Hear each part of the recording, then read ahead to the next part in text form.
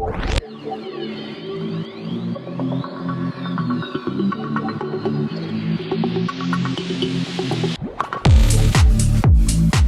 folks, Dan here from Danaconda Outdoors. Thanks for tuning in. I have a special treat for you today. Gonna do something a little bit outside of the norm. I haven't had a chance to get out on the water as much as I would like, but I do enjoy cooking. So today we're gonna do this 5-pound beef brisket flat out on the smoker. How I do it, maybe you can pick up a tip or a trick, or maybe it just inspires you to cook up a little bit different, something a little bit different than some wild game or fresh fish. Stay tuned, I got some major cooking action coming your way. All right, so first thing we wanna do is get this meat kind of cleaned up and trimmed up if we need to trim it. It came out of the store prepackaged. It looks like it's pretty well trimmed up. As you can see, it's got about 1/4 inch of fat here. And we're gonna cook this one, since it's a flat cut, we're gonna cook this fat side down. But if you look at that, you're looking at about 1/4 inch, if you will. Okay, so first thing we wanna do is we're gonna season this. We're gonna keep it very, very simple. All right, folks, so what we're gonna do today, we're gonna hit this with some salt and pepper, real simple, and also hit it with a little bit of garlic. And then we're gonna cook this fat side down, and that's gonna help protect this meat from drying out a little bit. That little bit of fat will help help it render evenly and also protect the meat from kind of drying out. All right? All right, so now that we have it flipped over, we're gonna go ahead and add some Montreal steak seasoning. Again, you don't have to go too crazy with this, but it's just gonna add a little bit of texture to the bark and that little bit of extra savory feel to the meat as you choose. We're just gonna do it on the top layer here. No need to do it on the bottom side. And once we get in there, we're gonna press it in real good. All right, so we're gonna do this indirect method. I only have half the grill covered off here, but we're gonna get it on. Got the fat side down again, and easily to tell with the Montreal on there. But we're gonna get this on. Should take about 5 hours, give or take. So, all right.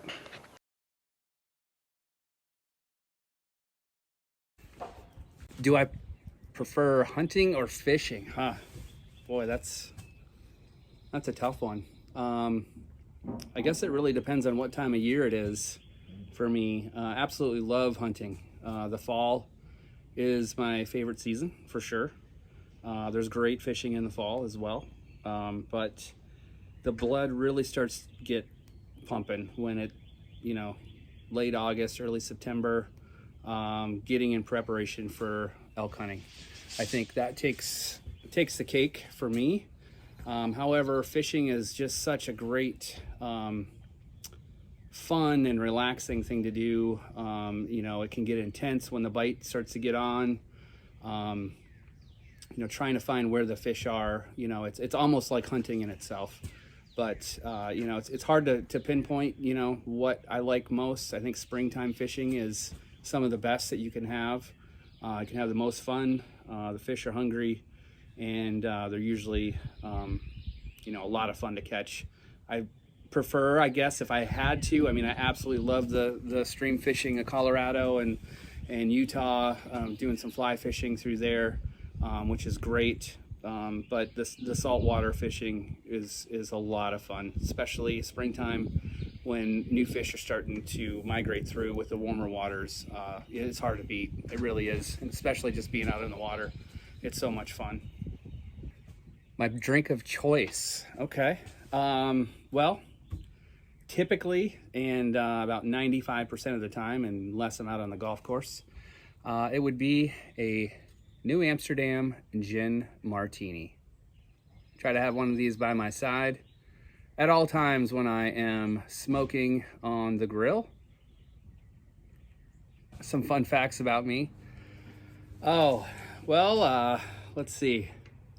I've been in the restaurant business for about 35 years. Recently decided to walk away from the business and kind of focus on this, which is hunting, fishing, and some cooking, some preparation, that type of thing. So outdoors is my life. Trying to stay outdoors as much as possible, I think, is the key to success for me. Man, it is bright out today. Whew. Glad I got these shades. Well, I guess it's that time of the show when we get a plug-in for our sponsors, which is Sunheist sunglasses. You can get them pretty much half the price of most name brand sunglasses, and I'm pretty happy with them. I've actually had this pair for about a year. They're polarized. They got the gold mirror coating on them, and you can get yourself a pair or two or three or some accessories from sunheist.com. Use promo code Danaconda, save yourself 20% off, and I'm telling you, these things do not disappoint. What else do I like doing besides hunting and fishing? That is a great question.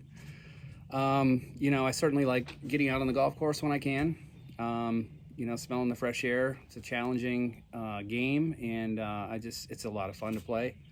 Enjoy playing music, play guitar, and sing, which I could probably do a little bit more these days. But I think the biggest thing that brings me joy is cooking. Cooking for the family, cooking for friends, cooking for the neighbors, whatever it is. Really have a passion for it. Being in the restaurant industry for so many years, I've picked up so many techniques. Just a great skill set to have at home. You know, whether it's preparing wild game or fresh fish, or, you know, just store-bought beef and chicken and things like that. It really brings a lot of enjoyment to me. My daughter really likes to get her hands dirty in the kitchen as well, so she's learning new things, and it's certainly a lot of fun. And it's kind of the reason why I wanted to put together this little video for you. Something a little different than I normally do, but basically a little piece of me, what it's like to be Dan from Danaconda Outdoors. And I just want to say thanks for watching. Consider subscribing if you haven't already, but stay tuned. We're going to have some major cooking action coming your way. Alrighty, folks, we're going to check this brisket right now and see what the color looks like, see what the temperature is, and I think it's probably about ready to be pulled off. It's been about 3 hours, so I'm thinking it's probably going to be in that 165 to 170 range. Let's take a look.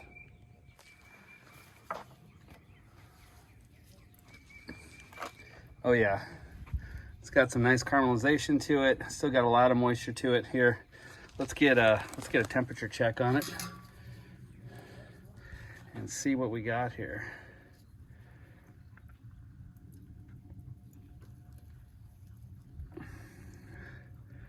All right, rolling up to 150, still climbing.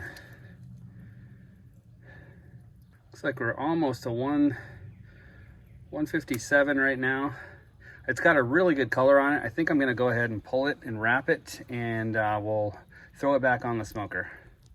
Let's get this guy off of here.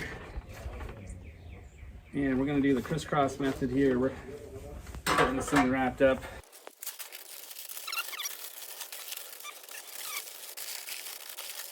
That's it, folks. Little wrap and get it right back on the smoker. All right, and now we'll wait. Probably be another hour and a half or so, maybe two. We'll check it for tenderness by feel, and then we'll probe it at the end and let it rest for at least an hour. All right, stay tuned. All right, let's get a probe on this. Still rocking at 250 here. And we'll just do a little temp check here. Let's see where we're sitting. And right now we are rolling at, kind of aiming for that 200 mark. And I think we're gonna have a little bit more time to go on this. We're sitting at the exact 5 hour mark, and looks like we're kind of hopefully on the other side of the stall here. Probably about 178 when this thing kind of starts slowing down a little bit, but we're going to keep it on. We'll come back and check it in about another hour. I think we have reached the pinnacle of our smoke. We are at 200 degrees right here. And we're gonna go ahead and pull this brisket off of the smoker and get it into the cooler. I did not bring my gloves, so hopefully this isn't gonna be too hot, but we're just gonna yank this guy out. Actually, you know what? I'm gonna leave it in. I'm gonna leave it in for now, and then we can watch that temperature rise. We can kind of document that, but we're gonna pull this guy off. And we're gonna get in this beautiful, huge cooler that I have here. This is a lifetime cooler, a little bigger than what I actually need, but it's what I have available right now. My smaller coolers are, been using them for fishing, and they've been cleaned out, but I just don't like to put my meat in coolers that I use for fish. This cooler has been used for meat several times, and plenty of beers, and food storage when I go hunting. So we're gonna let this sit for about an hour. It's been on the smoker now for 6 hours. It went a little bit longer than I was expecting, being it was only a 5-pound flat brisket. But you know, you got to go to what the temperature says, and it took us just over 5 hours, or excuse me, just over 6 hours to get this smoke completed. Now we're gonna let it rest, let those juices tighten up, and we'll go on for the slice and the reveal. Alrighty, folks, we are gonna do some Brussels sprouts with our brisket today. Getting ready to pull the brisket out of the cooler here shortly, but what we have here is just some quartered Brussels sprouts. I like to quarter mine because it helps cook them a little quicker, and also takes some of that bitterness out because they cook through a little bit further without kind of completely burning them. And we're just going to saute these up, a little salt and pepper, maybe a little bit of garlic. Normally I put a little bacon or some sliced apples in there, but we don't have that on the end, but we're gonna make the most of what we have.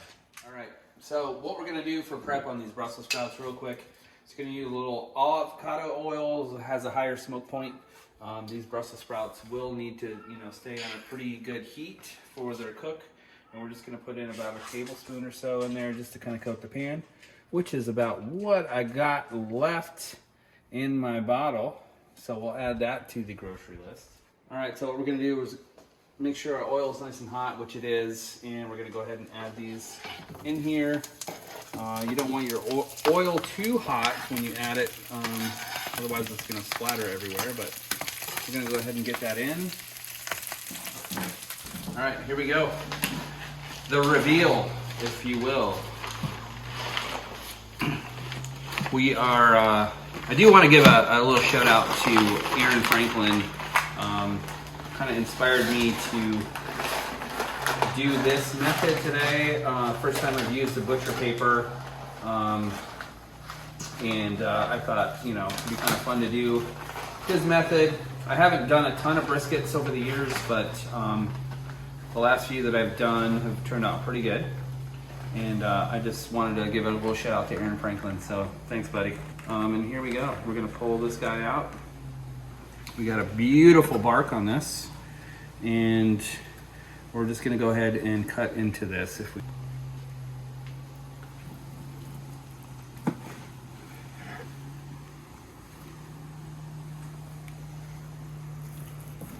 And you wanna do about 3/16 of an inch. And you can kind of see what we got working with here. Go ahead and squeeze this, and definitely have some beautiful juice. Nice little smoke ring there, and now it's time for the taste test. You kind of get into it. Cut a piece here, a piece here. We can check the tenderness on this. A little thicker than I wanted. And definitely a little thicker than I wanted, but it definitely has a nice little bend to it. If you can see, it kind of flops around a little bit. Probably could have cut that one a little thinner, but we'll go ahead and give it pull test, which is, of course, with a thicker piece, it's gonna be a little tougher, but let's go ahead and try it. Wow.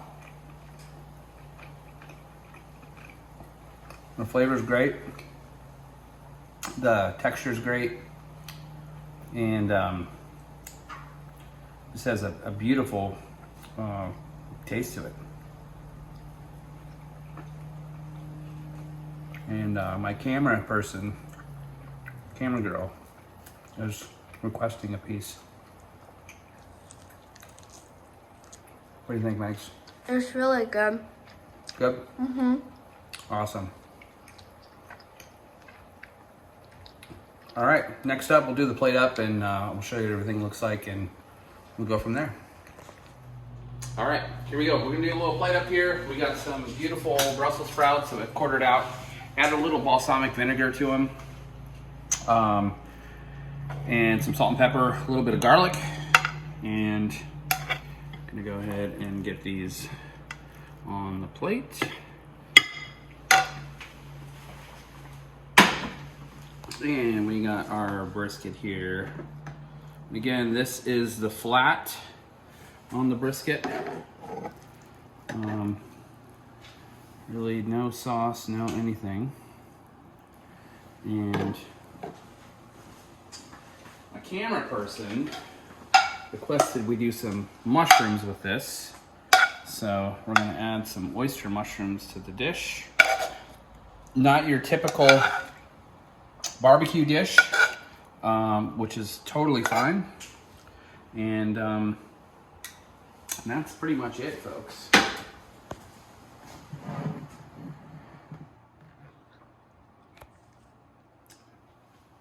All right, here we go, folks. That is the final version. Little Brussels sprouts, smoked brisket, and oyster mushrooms.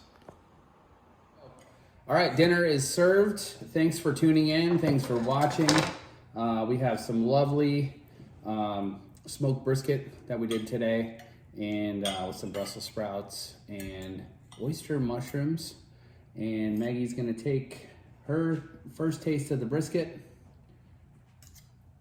and let us know what you think. It's really good. It's really good? Mm-hmm. All right, here we go.